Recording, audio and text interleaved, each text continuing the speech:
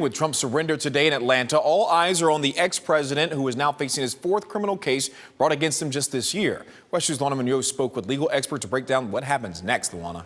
You know, Stuart, the big question on everybody's mind right now is how is all this going to play out time-wise? Could a conviction or an acquittal come before the elections? And if Trump becomes president, what power would he have, if any, if he is convicted? So I sat down with federal trial attorney David Haas to ask those very same questions.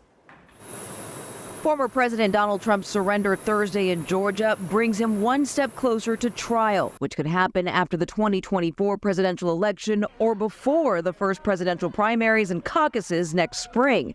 A judge recently granted an October trial date for one of the 18 other co-defendants named in the Georgia election fraud indictment. The judge could decide to try all of the defendants, including Trump, that same day.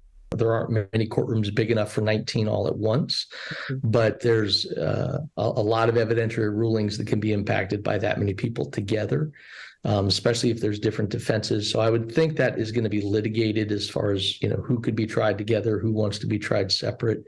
And I'm sure Mr. Trump will want to go as late and as last as possible. If Trump gets convicted but manages to make it to the 2024 election and become president, he won't have the power to pardon himself in the Georgia case because it's a state case, not federal. Georgia actually has a fairly strict pardon process. You have to serve your entire sentence, and then there has to be another 5 years that pass before you're eligible to even be pardoned. In Trump's case, that would be at least 10 years if he were convicted.